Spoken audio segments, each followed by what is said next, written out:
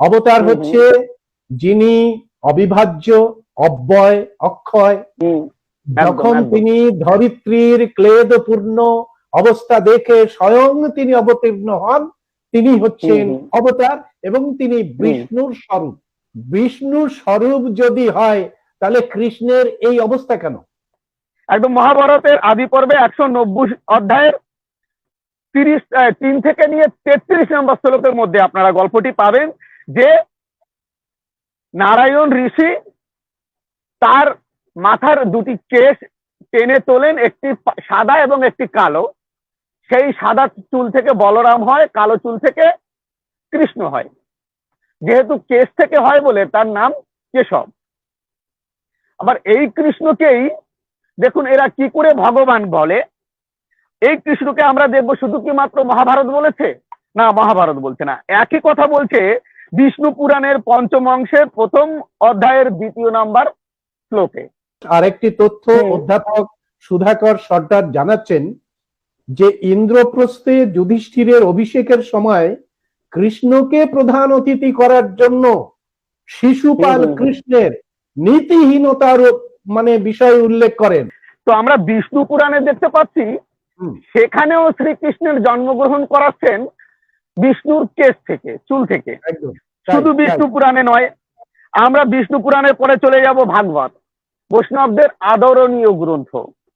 সেই ভাগবত গ্রন্থে যদি আমরা দেখি তাহলে সেখানে আমরা দেখতে পারবো ভাগবতের 2য় স্কন্ধের 7ম অধ্যায়ের 26 নম্বর শ্লোকে পরিষ্কার ভাবে বলছেন যে পৃথিবীর ভার হরণ করবার জন্য পৃথিবী যখন নারায়ণের কাছে গিয়ে প্রার্থনা করলেন, তখন নারায়ণ তার মাথার কেশ উৎপাটন করেন। তার থেকে একটি সাদা এবং একটি কালো কেশ ওঠে। সেই সাদা কেশ থেকে বলরাম এবং কালো কেশ থেকে কৃষ্ণের জন্ম হয়। এবার আমরা দেখব যে শুধু কি এইটাই বলছে, তাহলে যারা শাক্ত ভক্ত তাদের গ্রন্থ কি বলছে। আমরা দেখব দেবী ভাগবত। দেবী ভাগবতের 4র্থ স্কন্ধের 22 নম্বর অধ্যায়ের 50 থেকে 51 নম্বর শ্লোক, সেখানেও একই কথা বলছে যে পৃথিবীর ভার হরণ করবার জন্য পৃথিবী যখন নারায়ণের কাছে গেছেন, নারায়ণ তখন তার নিজের দুটি কেশ তুললেন, একটি সাদা এবং একটি কালো। সাদা কেশ থেকে জন্ম নিয়েছেন হচ্ছে বলরাম, কালো কেশ থেকে জন্ম নিয়েছেন হচ্ছে কৃষ্ণ। তাহলে আমরা দেখতে পাচ্ছি কৃষ্ণের চরমতম অপমান। যদি কৃষ্ণ ভক্তরা এখানে কৃষ্ণের অপমান না দেখতে পারে, বিষ্ণুর চুল আর বিষ্ণু যদি এক ব্যক্তি হয়ে থাকে, তাহলে এখানে আরো অনেক কথা উঠে আসে। শুধু ওই অবস্থা না, জন্ম নিলেন শুধু ওইখানে না, জন্মের থেকে মৃত্যু পর্যন্ত তার অপমান। দাদা আমি একদম বলে আসি যে আমি সংক্ষেপে ধরিয়ে দিয়ে যাই, এরপরে শাস্ত্রের রেফারেন্স চাইলে অবশ্যই রেফারেন্স আমি দেবো। সেটা হচ্ছে শ্রীকৃষ্ণের জন্ম নিলেন কেশ থেকে। জন্ম নেওয়ার সাথে সাথে তিনি ভগবান, তবু তাকে পলায়ন করতে হলো কংসের ভয়ে। আর এক অপমান, ভগবানকে পালিয়ে যেতে হচ্ছে মথুরাতে। মথুরা থেকে গিয়ে একদম চলে যাচ্ছেন বৃন্দাবনে। বৃন্দাবনে গিয়ে আত্মগোপন করে থাকছেন। সেখানে গিয়ে যে কাজগুলো করছে, যিনি ভগবান, তিনি পুতনাকে হত্যা করলেন, অর্থাৎ একটা নারী হত্যা করলেন। তিনি পুতনা একজন স্ত্রী, আর সেই স্ত্রীকে হত্যা করলেন তিনি, তাকে দিয়ে একজন স্ত্রী হত্যাকারী করালেন। আর তাদেরই এই বৈদিক শাস্ত্রেই বর্ণনা রয়েছে স্ত্রী হত্যাকারী এবং যজ্ঞ বন্ধকারী উভয়ই নরকে যাবেন। অথচ শ্রীকৃষ্ণকে দিয়ে যজ্ঞ বন্ধ করালেন এবং নারী হত্যা করালেন। শিশু শ্রীকৃষ্ণকে নিয়ে গোপপতি নন্দ সে জঙ্গলে যাচ্ছিল কাঠফাট কিছু আনতে। সেই সময় রাধা স্নান করে ফিরে আসে।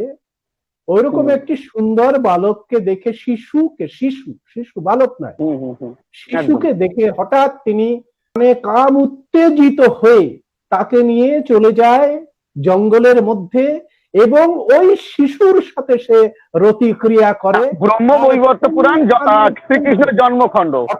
হ্যাঁ বলুন।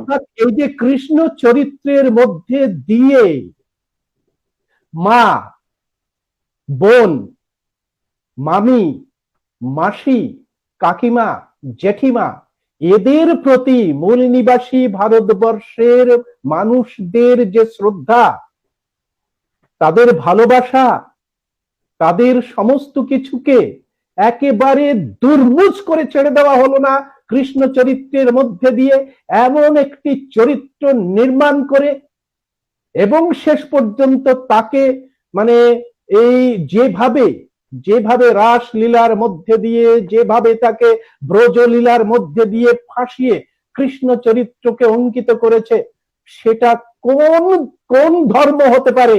এটা কি মানব ধর্ম তাপস? না, কোনো মতেই হতে পারে না। শুধু তাই নয়, আপনি যেটা বললেন এটা মূলত ব্রহ্মবৈবর্ত পুরাণের শ্রীকৃষ্ণ জন্মখণ্ডের উপাখ্যান। এখানে রাধারানী শ্রীকৃষ্ণকে নিয়ে রাসমণ্ডলে প্রবেশ করলেন। তারপরে যা বর্ণনা হয়েছে আমার বইতে আমি তুলে দিয়েছি, কিভাবে তিনি রাসলীলা করছেন। এবং এই রাসলীলা করার আগে যদিও রাধারানীকে শ্রীকৃষ্ণ বিবাহ করছেন, ব্রহ্মা এসে তার বিবাহ দিচ্ছেন। আবার বৈষ্ণবগণ বলেন যে কিশোর কিশোরী হচ্ছেই রাধাকৃষ্ণ। আবার তাদেরই গ্রন্থ ব্রহ্মবৈবর্ত পুরাণ, সেখানে ব্রহ্মা এসে রাধাকৃষ্ণের বিবাহ দিচ্ছেন। আমরা তো দেখি ব্রহ্মবৈবর্ত পুরাণের আগে রাধা চরিত্রের কোনো অস্তিত্ব নেই। যখন কৃষ্ণকে নিয়ে এত বড় একটা মহাকাব্য রচিত হলো, মহাভারত, যদি রাধা এরকম কিছু হয়, রাধা নিয়ে মানুষের মনের মধ্যে এত আবেগ তৈরি হয়, তাহলে সেই রাধা চরিত্র মহাভারতের মধ্যে নেই কেন তাপস? সে রাধা চরিত্র তো নেই, ভাগবতের মধ্যে নেই। এটা নিয়ে প্রসঙ্গে আমি ছোট্ট একটা ঘটনা বলছি। মহাপ্রভু জগন্নাথ মন্দিরে প্রণাম সেরে তিনি তার ঘরের দিকে যাচ্ছেন, সাথে ভক্তবৃন্দ রয়েছে। জগন্নাথ নামক একজন তৎকালীন সময় মহাপ্রভুর প্রতিদ্বন্দ্বী ছিলেন। তিনি ভাগবত পাঠ করছেন। তো মহাপ্রভু জগদানন্দকে পাঠালেন যে তুমি একবার যাও, গিয়ে জগন্নাথের কাছে জিজ্ঞাসা করো ভাগবতে রাধা নাম নেই কেন। তখন সে তার কাছে গিয়ে প্রণাম করে জিজ্ঞাসা করলেন যে ভাগবতে রাধা নাম নেই কেন। তখন তিনি বললেন যে ভাগবতে রাধা নাম নেই, তার কারণ হচ্ছে রাধা মূলত কোনো রক্ত মাংসের চরিত্র নয়, রাধা হচ্ছে আধ্যাত্ম জগতের কুণ্ডলিনী জাগরণের যে শক্তি, সেই শক্তি স্বরূপিণী। যখন এই আধ্যাত্ম বলছো না, তখন আমার মনে হচ্ছে আধ্যাত্মের মধ্যে কি আত্ম আছে আমি জানি না, কিন্তু তার মধ্যে নষ্টামিটা বেশি। আধ্যাত্ম শব্দ দিয়ে ওই সেটা তো পরের বিষয়। এখানে মহাপ্রভুর স্বীকারোক্তিটা আমি বলছি। আধ্যাত্ম আলোচনা সম্পর্কে আমাদের ভয়ঙ্কর সচেতন থাকতে হবে, কারণ আধ্যাত্ম আলোচনায় মা মাসি নেই। আধ্যাত্ম একদম আলোচনা ব্রজের আলোচনা।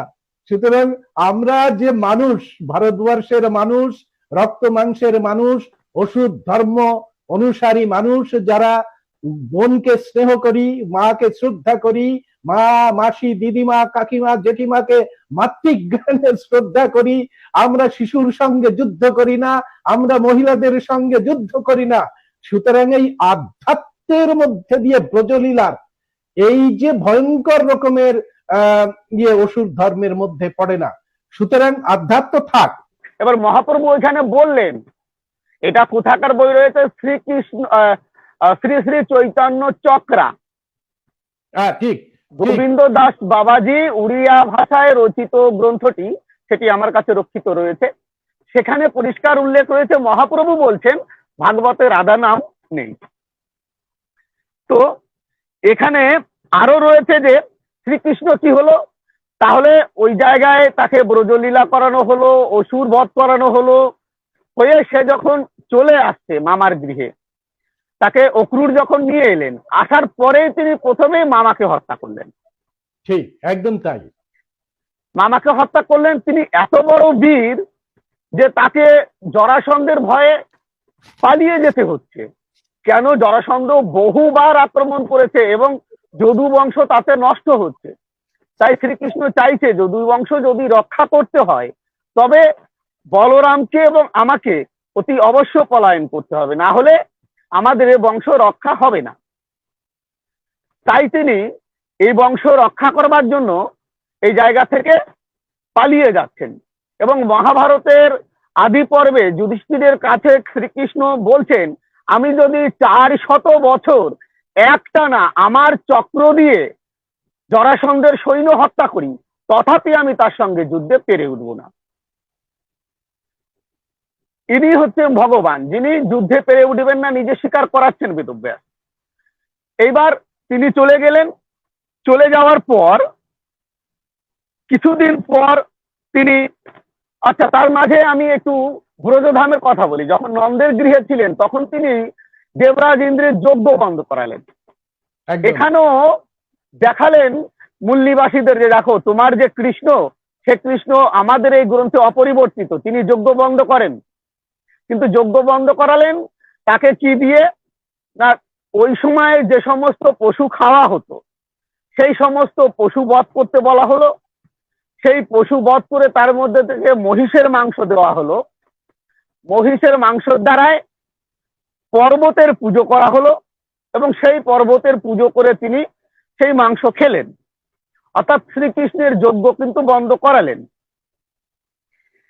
এরাই এই বিষ্ণু পুরাণেই লিখেছে যে বিষ্ণু পুরাণের প্রথম অংশের 7ম অধ্যায়ের 41 থেকে 42 নম্বর শ্লোকে পরিষ্কার বলেছেন যে বেদ নিন্দাকারী, যজ্ঞ উচ্ছেদকারী এবং নারী বধকারী নরকে অবশ্যই গমন করবেন, এতে কোনো সন্দেহ নেই। তাহলে শ্রীকৃষ্ণকে দিয়ে নারী বধ করালেন, যজ্ঞ বন্ধ করালেন এবং বেদ নিন্দা করালেন। বেদ নিন্দা তিনি কোথায় কোথায় করেছেন আমরা দেখব। যদি গীতায় আমরা আসি, শ্রীমদ্ ভগবত গীতা যদিও শ্রীকৃষ্ণ উবাচ কোথাও উল্লেখ নেই, ওখানে আছে শ্রী ভগবান উবাচ। এখানে একটি চালাকি আছে, সে প্রেক্ষাপটটি নয় বলে আজ আমাদের স্কিপ করে যেতে হচ্ছে। তো এখানে দেখা যাচ্ছে দ্বিতীয় অধ্যায়ের 42, 43 এবং 44, 45, 46 নম্বর শ্লোকগুলোতে পরিষ্কার ভাবে বেদ নিন্দা করছেন। তাছাড়া কর্ণ পর্বে, মহাভারতের কর্ণ পর্বে শ্রীকৃষ্ণ বলছেন বেদকে ধর্মের প্রমাণ বলে নির্দেশ দেন, কিন্তু আমি তাতে দোষারোপ করি না। কিন্তু বেদ সর্বধর্ম তত্ত্ব নির্দেশ নেই, বেদে সর্বধর্ম তত্ত্ব নির্দেশ নেই। এ কারণে অনেক সময় অনুমান ও কল্পনার দ্বারাই ধর্ম নির্দেশ করতে হয়। তাহলে এখানেও তিনি বেদ নিন্দা করছেন, শ্রীকৃষ্ণকে বেদ নিন্দা করে এখানেও তাকে নরকে পাঠাচ্ছেন। আচ্ছা, এখানে কিন্তু ক্ষান্ত হননি তারা। অসুর কাকে বলে দাদা? এই পুরাণ অনুযায়ী যারা স্বর্গ আক্রমণ করে, যারা দেবতাদের প্রতি নিপীড়ন করে, যারা স্বর্গের সম্পত্তি কেড়ে নিয়ে আসে, যারা যজ্ঞ বন্ধ করে, যারা বেদের বিরোধী করে, তারাই অসুর। তাহলে শ্রীকৃষ্ণকে দিয়ে কি করালেন? যজ্ঞ বন্ধ করালেন। শ্রীকৃষ্ণকে দিয়ে বেদ নিন্দা করালেন। এবার শ্রীকৃষ্ণকে দিয়ে একবার নয়, দুইবার সুধান্মা নামক দেবরাজ ইন্দ্রের রাজসভা পর্যন্ত হরণ করিয়ে আনালেন। যারা স্বর্গ আক্রমণ করে এবং স্বর্গ থেকে দেবতাদের বিতাড়িত করে স্বর্গ দখল করে নেয়, তারা হচ্ছে অসুর। এইবার স্বাভাবিক কারণে প্রশ্ন আসে, স্বর্গ জিনিসটা কি? এ কোথায় অবস্থিত? দশম মণ্ডলে বলা হয়েছে যে মাটি মানে অর্থাৎ পৃথিবী, আর তার উপরে হচ্ছে স্বর্গ, আর মাঝখানে আকাশটাকে ঢুকিয়ে দেওয়া হলো। অর্থাৎ আকাশের উপরে স্বর্গ, একটা বিশাল বড় শূন্যতা। পৃথিবীর বিজ্ঞানীরা বলছে যে এখন যতগুলো স্যাটেলাইট আছে সেটা এমন একটা জোনে গিয়ে সেটাকে সেট করে দেয়, সেখানে না চলা যায়, না যাওয়া যায়, না কিছু করা যায়। আজও পর্যন্ত আমাদের বিজ্ঞানীরা দাদা 90,000 আলোকবর্ষ পর্যন্ত বিস্তৃত এলাকা খুঁজে নিয়েছে। সে জায়গায় স্বর্গ বলতে কোনো স্থান আজও আবিষ্কার হয়নি, যেখানে বৈকুণ্ঠ ধাম, স্বর্গ, গোলক আদি কিছু আছে কিনা তার কোনো নিদর্শন পাওয়া যায়নি। তোমার যুধিষ্ঠির তো হেঁটেই চলে গেল, মহাশূন্য দিয়ে হাঁটতে হাঁটতে স্বর্গে পৌঁছে গেল। নিজেরা বেদে বলছে, বেদে বলছে যে পৃথিবীর উপরে আকাশ, আকাশের উপরে স্বর্গ। তাই আকাশের পৃথিবী দিয়ে হাঁটা যায় বুঝলাম, পৃথিবী দিয়ে হাঁটা যায় বুঝলাম, পৃথিবীর পার্শ্ব যে উপরের ভাগ আছে সেখান দিয়ে হাঁটা যায়। তারপরে যে আকাশটা ঢুকিয়ে দেওয়া হলো, তার মধ্যে দিয়ে হেঁটে স্বর্গে পৌঁছে গেল। আসলে কি, স্বর্গটা তো একটা লোভ দেখানো, যে তোমরা এই এই কাজ করলে, আমাদের এই দাসত্ব গ্রহণ করলে, আমাদের পদসেবা করলে নিশ্চিত স্বর্গে যেতে পারবে। আর যখন এই স্বর্গে যেতে চাইছে না, তখন ভয় দেখালেন নরকে। শুধু একটি দুটি নরক নয়, বহু নরকের আনলেন। অসিপত্র নরক, সেখানে অসি রয়েছে, আবার 20টা নরক রয়েছে। মানে ভাবা যায় না, যা অলিক গল্প ছাড়া আর কিছুই নয়। যা আমার ছেলে টেলেরা এখন যদি এই সমস্ত কথা শুনে শুধু হাসে এবং বলে, বাবা এগুলো গল্প, তুমি বাদ দাও। হ্যাঁ, স্বর্গে বর্ণনা, তাদের শাস্ত্রে বর্ণনা রয়েছে যে যে ব্যক্তি মারা যাবে, ভালো কর্ম আদি যদি সে করে তাদের মত অনুযায়ী, তাহলে সে স্বর্গে যাবে এবং 21 বছরের একটা যুবক সে হবে। এবং কোন স্ত্রী যদি মারা যায়, যে বয়সেই মারা যাক না কেন, 100 বছরের একটি যুবতী সে হবে। এবার তাদের কাজ কি? স্বর্গে সুরাপান করা এবং ওই স্ত্রীদের নিয়ে মত্ত থাকা কামাচারে। কিন্তু বেদের বিভিন্ন জায়গায় এই পৃথিবীর একটি মানুষেরও স্বর্গে যাওয়ার বিধান কি আছে? পুরোহিত দর্পণ অনেক কিছু বলতে পারে, ব্যবসার জন্য কারণে বলে দিয়েছে যে এখানে হচ্ছে যতগুলো কুলাঙ্গার আছে ব্রাহ্মণ সমাজের, যারা পড়াশুনো করেনি, তারাই পৌরোহিত্য নামক এই ব্যবসার সঙ্গে যুক্ত হবে, সে বলতে পারে। কিন্তু যে শাস্ত্রগুলো আছে, বেদ, ঋগ্বেদ, যজুর্বেদ, অথর্ববেদ, এর কোথাও একটি মানুষেরও যারা পৃথিবীতে জন্মগ্রহণ করেছে তাদের স্বর্গে যাবার কোনো উপায় আছে? তাপস, না, কোনো উপায় তো নেই। বরং মুন্ডুকোপনিষদে পরিষ্কার বলেছে, যারা এই যজ্ঞ আদি করেন, এই ঋত্বিকগণ, এরা কদাপি যদিও বা স্বর্গে যায়, কিঞ্চিত দিন অতিবাহিত হলে অতি শীঘ্র ক্ষুদ্র থেকে ক্ষুদ্র নিচতর জনিতে জন্মগ্রহণ করে পতিত হয়। আমরা কখনো ব্রজলীলা নিয়ে আলোচনা করলে সেদিন আমরা আলোচনা করব এর বিস্তারিত। আজ আমি যেহেতু শ্রীকৃষ্ণকে কিভাবে বৈদিক শাস্ত্রে তার চরিত্রকে অসুরের মতো, তাদের অসুর মানে একদম করা হয়েছে, শুধু কলঙ্কিত বললে ভুল হবে, তারা যেভাবে আমাদের অসুরকে কলঙ্কিত করেছে, অসুর শব্দটিকে অপব্যবহার করেছে, অশুভ হিসাবে দেখিয়েছে, ঠিক শ্রীকৃষ্ণের চরিত্রটাও ঠিক তেমনই করেছে। এই যে কর্ম, পারিজাত বৃক্ষ হরণের জন্য স্ত্রীর কথাতে, তাতে ভাগবতে শ্রীকৃষ্ণকে কি বলছেন দেখুন। সেটি হচ্ছে ভাগবতের 3য় স্কন্ধের 3য় অধ্যায়ের 4 নম্বর শ্লোকে বলা হচ্ছে, বিবেক বর্জিত বিষয়ী পুরুষদের মতো শ্রীকৃষ্ণ লীলা করার ইচ্ছায় ত্রৈণ পুরুষদের মতো প্রিয়তমা সত্যভামাকে খুশি করার জন্য স্বর্গ থেকে জোর করে পারিজাত বৃক্ষ ছিনতাই করে নিয়ে এসেছিলেন। আবার বলছেন যে এই যুদ্ধটা কিভাবে হয়েছিল, কিভাবে উস্কানি দিচ্ছে সত্যভামা কৃষ্ণকে, এবং শ্রীকৃষ্ণ স্ত্রী সত্যভামা সতী দেবীকে অর্থাৎ দেবরাজ ইন্দ্রের স্ত্রীকে কিভাবে চ্যালেঞ্জ করছে যে তোমার স্বামীর যদি ক্ষমতা থাকে আমার স্বামীকে ঠেকিয়ে দেখাও, দেখি কিভাবে পারে আমার সঙ্গে। আচ্ছা, এ তো গেল। শ্রীকৃষ্ণের কি করলেন, এইগুলো নিয়ে আসার পর শ্রীকৃষ্ণকে প্রচুর পরিমাণে তার বংশের কেউ বিশ্বাস করতেন না, তেমনও অঙ্কন করেছেন।